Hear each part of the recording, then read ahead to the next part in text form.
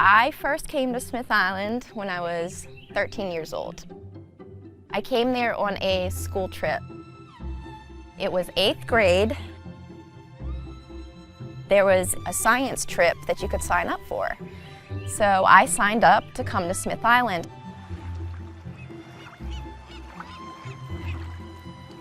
I spent so many years of my life feeling homesick. But when I went to Smith Island and I was there, I wasn't homesick. I was complete peace. I looked up at the sky and I said, God, I'm gonna move here someday.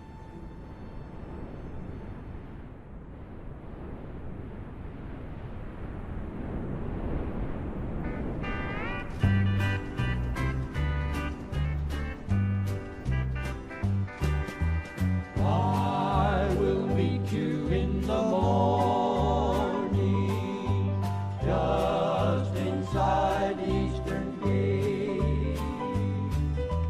Then be ready, faithful pilgrim, lest with you it be too late.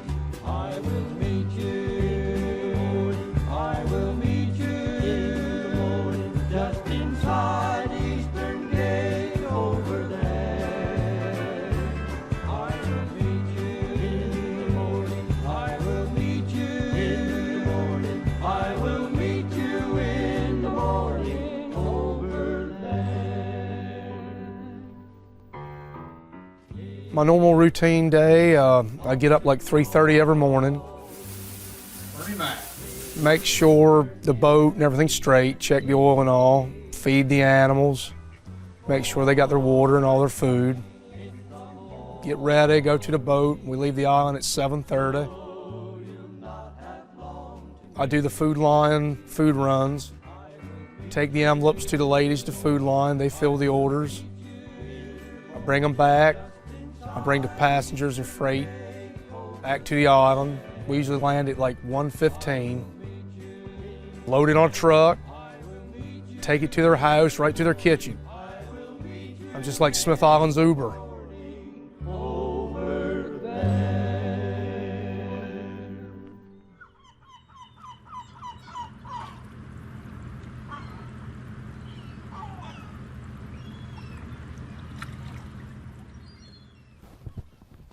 All right, time to cook. So I am cooking dinner and I have guests coming. I use my pressure cooker all the time. I would really be lost without it. Now this is the real ingredient. Am I allowed to say Manischewitz? Manischewitz. This is the best cooking ingredient ever.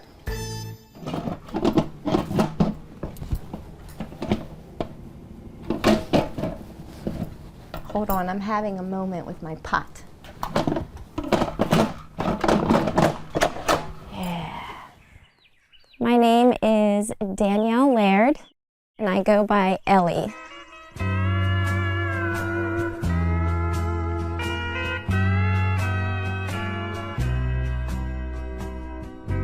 I am 46 years old, originally from Damascus, Maryland. I am on the spectrum. My parents didn't go to church. I grew up with Santa Claus and the Easter Bunny, and they would teach me a few things about Jesus, but they could not answer my bigger questions. I had such a thirst for wanting to know God and such a strong pull towards any type of Judaism, and I really didn't understand it. So I started asking my family a lot of questions, and I thought it was really interesting that anytime I brought up, could we possibly be Jewish or anything like that, it was just completely shut down. There was no answers to it. When I was 17 through almost 19, I had a Jewish boyfriend. That was actually my first real connection up close with Judaism. You know, I'd spend Hanukkah with them, but my first Passover, that did something in me. I knew that I was Jewish, but it was never anything I was gonna say out loud. I knew what my family would say. I knew what a lot of my friends would say. I knew that I wasn't gonna take any hits from my mom and dad. My grandmother, before she died, really opened up about the family lineage with that. Her half-brother was sent to Auschwitz. So, as an adult, I was finally able to start putting all of these puzzle pieces together, and for me, it was like validation that everything I was feeling inside about myself my entire life was true.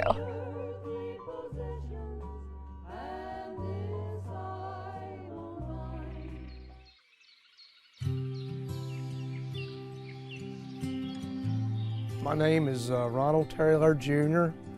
I'm a third generation. I run a passenger and freight boat from Smith Island to Chrisfield. How many years has your family been on the island? Oh my God, it's over 100 years or so.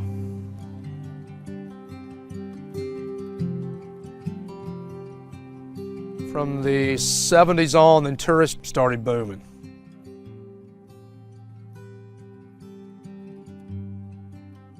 People come over and got a home-style family meal like you would get on the island, but it'd be in the restaurants. Oh no, it's hot. I know. It's hot, I boys. think they were cooking all right. Real charcoal? I thought they were cooking all right. We just might need to turn them. They come by the boatloads and they tour the island and go back. It has changed a lot. When I was a kid, it was mainly islanders. It was like 900 of us. It was like over 100 kids in the school when I went. And through the years, a lot of people died off and moved. And now the school, for the first time this year, is not even open.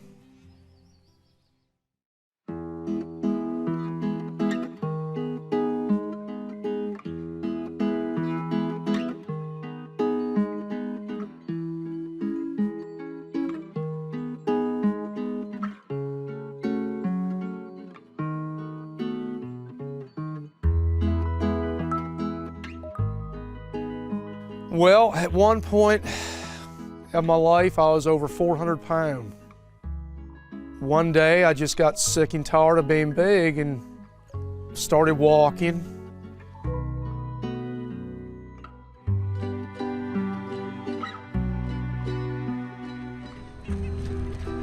Every day I'd go on the boat, people would notice, hey, you've lost some weight. And that was an encouragement. I kept going, I pushed myself harder. And one morning, I started running.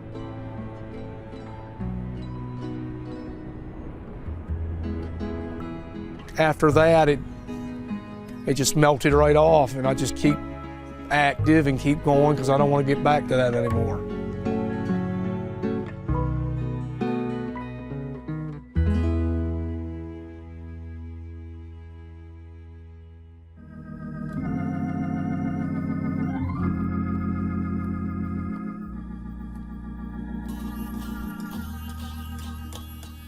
Flash forward years later, a single mom, have 3 children, living in Montgomery County and working 3 jobs. I am chronically ill, and every time it looked like we were going to have the best living scenario, something would happen. It would just get ripped out right from under us. I said, God, if you don't want me to stay here, you're gonna have to tell me where to go, because I don't know what you want from me. And as clear as a bell, I heard a voice in my head, go to Smith Island. That's what you've always wanted. So a day later, I found a house. I had a new job, had my kids packed up, and that's what we did. We moved to an island. I learned to pray.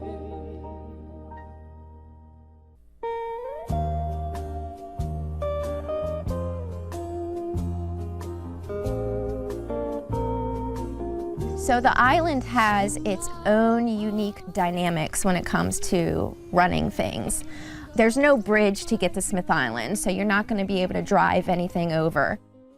All of the U.S. mail gets put on a boat, and then that goes to our little post office. Everything from the island has to come in and out by boat. Vehicles. When people die, pass away, we haul their caskets over. Everybody wears multiple hats, and I think that's probably the most unique dynamic on Smith Island. So coming there as a total newcomer, it's learning the dynamics.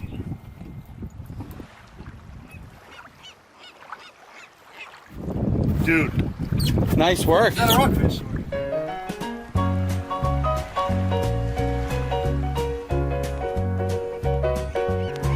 There waits for me a glad tomorrow, where gates of pearls swing open. I don't live here, I live in Annapolis. I've been coming here for 25 years. I was building a shed display for somebody on the side of a road on 450. He said he had a place on Smith Island that he needed a shed built. So I went and looked at a map, saw where it was. I said, you pay me so much a day and feed me? The guy tried to feed me Pop-Tarts, man. And I said, all right, I don't eat Pop-Tarts. Then to find out the guy went to culinary school, so he knew how to cook, right? So I was out there, they were letting me stay in there. Damn, I'm butchering this fish. Good, he's over there, you won't see that. Camera won't pick it up that good either. Where you at, dude?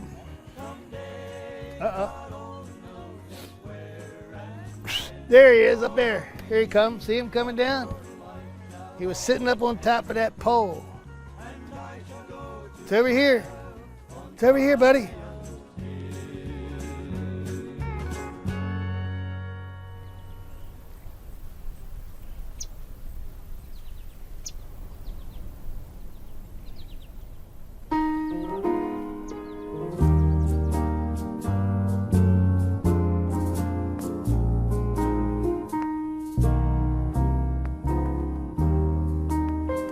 First time I met Elley, well, at first I didn't know I met Elley. She come over on a school group when I was a teenager. Well, she remembered me. She loved the place and said I was going to have a house there one day and live there. And she come back, she bought a home. I didn't really know what to think of Terry at first. He's just so jovial, which is a great quality, but it's like, you don't see it that often.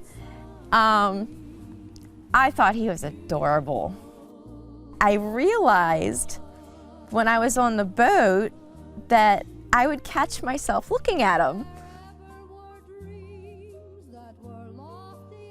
So I had asked the neighbor, well, tell me about Terry's wife. He goes, Terry doesn't have a wife. Terry's never even had a girlfriend. Terry's a 40-year-old virgin. And I'm like, oh, oh, no kidding. It was like carbon fiber, like on a truck. Oh, this is nasty, dude. Where the instruments were and like a touchscreen like that big. I feel the touch of hands so kind and tender. Well, that wasn't going to stop me from getting to know him. If I'm attracted to somebody and he's got amazing qualities, I'm going to get to know him. She was on my boat one day. I come in the cab and well, we kind of had like this moment. We looked at each other and I'm like, who is this girl? And so I got up enough nerve to ask her out. He picked me up at 6 p.m. to go riding. We were together from 6 p.m. to 6 a.m. talking about everything. And there was these weird synchronicities between us that were just odd. He says, I love Ancient Aliens. I would love to go to one of their conventions. And I said, I had tickets to the convention last month and no one to go with. It was just those like bizarre things like that. Raisins. Oh, hey. You're so impatient. We went up the road. His friend's house had a big gathering there of islanders. He goes, come on, we're going in. I said, Terry, I said, do you understand that the second you and I walk in there together, it's done? Like, we're a couple, it's gonna be all over the island. He goes, so? People really didn't know about me for a while, and they were very protective of Terry, very protective. He does have some nice friends in that respect.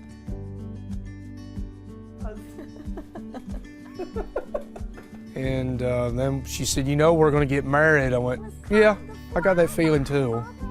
We were doing fine as individuals and as single people. We were doing fine.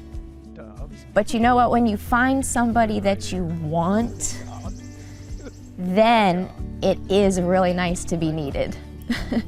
You know, he's just, he's my other half. It is storybook. It feels very good. It's like destined to be.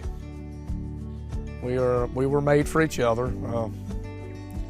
She's my twin flame, most definitely. Even before it's in my brain, I'm thinking of stuff, she spits it out. She's like, oh, hey. And I do the same to her. She's like, you read my mind just then. I went, yep. All right, you S. All right, let's get going. All right. Oh, enough monkey business. Oh.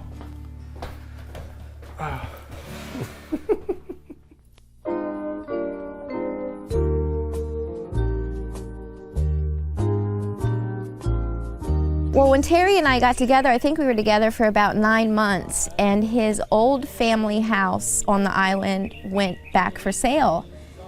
And of course, we were talking about moving in together, so he said, I've got to have my family house back. So we bought the house, we moved there, and then I brought my chickens over. That brood started growing, and we have Percy. I know how you feel, but hey, that's my woman now.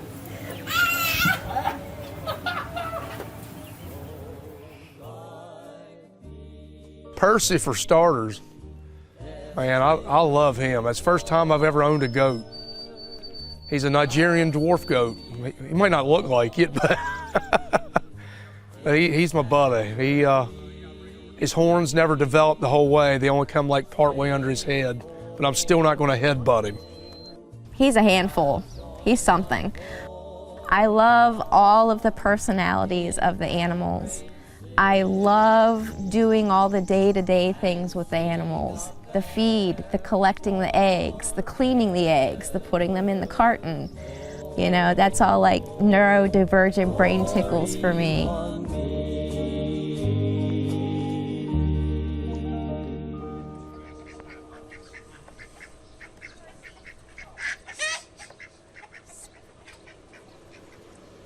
I struggle a lot to make friends anyways because I'm socially awkward.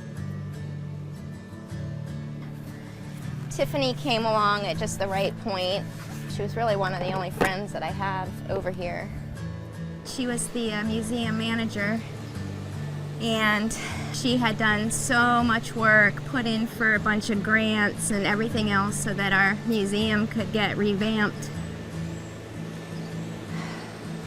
Well, we still don't know what happened to her, but she died in February, and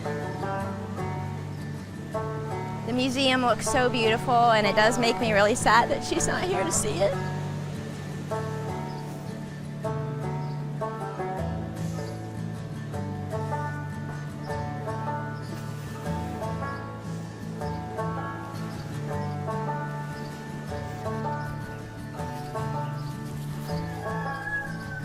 Sorry.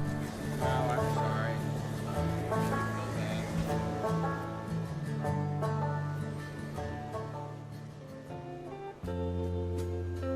Annie was Tiffany's dog.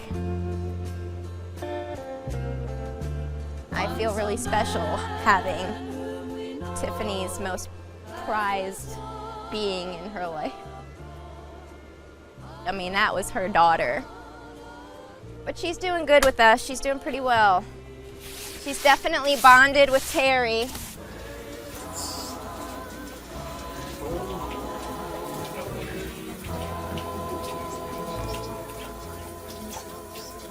Yeah, you're gonna bust like a watermelon.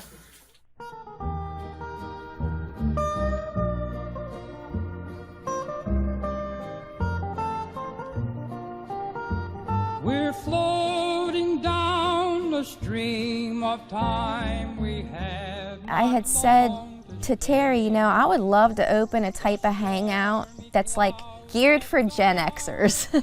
Get the old school games in there, put things in there that are nostalgic to us, and then let's see what happens. We had another shanty there before in the footprint. Well, it had got old and deteriorated, so we had a guy with a barge, and I asked him one day, I said, how much, you know, I want to tear the old shanty down and put another one back in its place. He said, sure. Connect 4. This wine box, and then we have a bottle to put up. Put this over here right for now. So a lot of tourists and overnighters, they like to bring in their wine, and we would see them in their yards, like in the front of their B&Bs, trying to drink wine where they're smacking mosquitoes, and we thought, okay, we really need to build something and make it cool. Well, at the time, I was drinking Jack Daniels, and she loved dill pickles. So she said, why don't we name it Jackie and Pickles? I said, perfect. My pickle's deflated. Our pickle is deflated. Pickle's deflated. Uh-oh, that sounds like a personal problem. So tourist season is right around the corner. I don't know what she wants me to scrub, but I'm gonna scrub it anyway. We are cleaning up the shanty, rearranging the game machines, the tables, the deck games, trying to get everything polished up and looking nice. Help pull. Here, come at it. Sit down. Thank you. Give it a good shake. This year, I'm adding gift shop items. Oh my gosh, crab legs. We've got Jack and Pickles yard, and then each year we expand a little bit. We allow people to BYOB. We call it sit and sip, where they can come out there, listen to the wildlife, and watch the most beautiful sunsets. It's a slice of heaven, and most people say that when they're out there, that the air is so beautiful and the scenery is just unbeatable, and you can't take a bad picture on Smith Island. I love my life. I love the life that we've built together and expanded the Jack and Pickles to our yard. I mean, to be able to just walk together with him right down the street to our own personal hangout spot, it's amazing. And then I can sit with him in the very spot that I told God I was gonna move there. And that very spot was where him and I got married. It's just, everything's come full circle.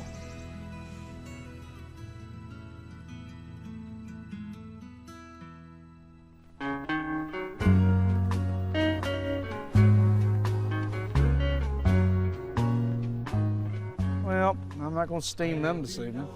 Yes, good, because I wasn't gonna let you steam them in my kitchen anyways, so. You have been pardoned. Baruch Hashem. All right.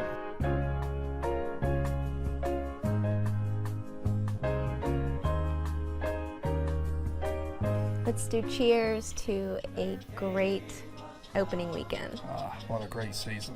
Yeah. Love you very much. Love you too.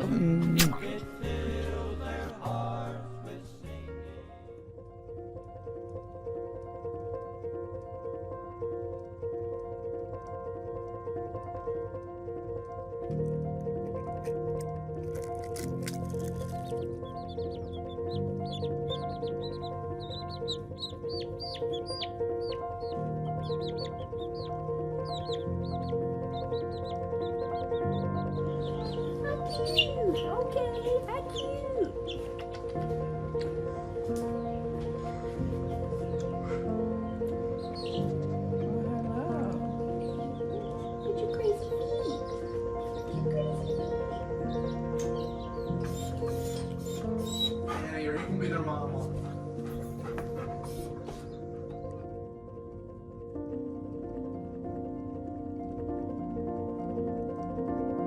Right now, we were going in to get some important paperwork notarized.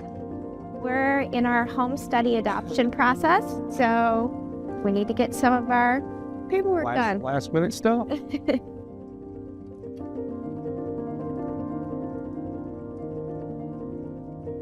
Terry and I have been able to build a really incredible nest.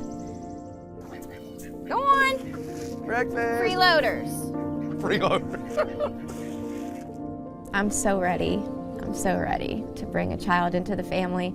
I know that my children are older, but I'm ready to start all over again. I've got an amazing partner, an amazing life, and it's going to be beautiful, extending our family.